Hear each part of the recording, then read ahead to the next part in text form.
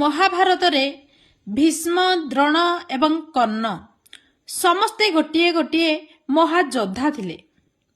ତଥାପି ସେମାନେ ହାରି ଯାଇଥିଲେ କାହିଁକି? ହଁ ଆଜ୍ଞା, ସେମାନେ ହାରି ଯାଇଥିଲେ କାରଣ ଆମର ଶାସ୍ତ୍ର ସବୁବେଳେ କହି ଆସିଛି ଯେ ବିଜୟ ସବୁବେଳେ ଶକ୍ତି ସାମର୍ଥ୍ୟର ହୋଇନଥାଏ, ବିଜୟ ହୋଇଥାଏ ସତ୍ୟର। ସେଥିପାଇଁ ତ ଭୀଷ୍ମ ବହୁତ ଶକ୍ତିଶାଳୀ ଥିଲେ, କିନ୍ତୁ ସବୁବେଳେ ସେ ଅଧର୍ମକୁ ଦେଖି ନୀରବ ରହୁଥିଲେ।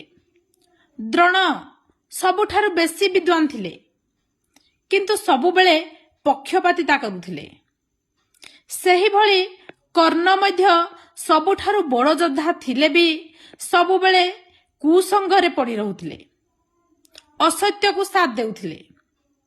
ତେଣୁ ଏଠାରେ ଆମକୁ ବୁଝିବାକୁ ହେବ ଯେ ବିଜୟ ଶକ୍ତି ସାମର୍ଥ୍ୟର ହୋଇନଥାଏ, ବିଜୟ ହୋଇଥାଏ ସତ୍ୟର।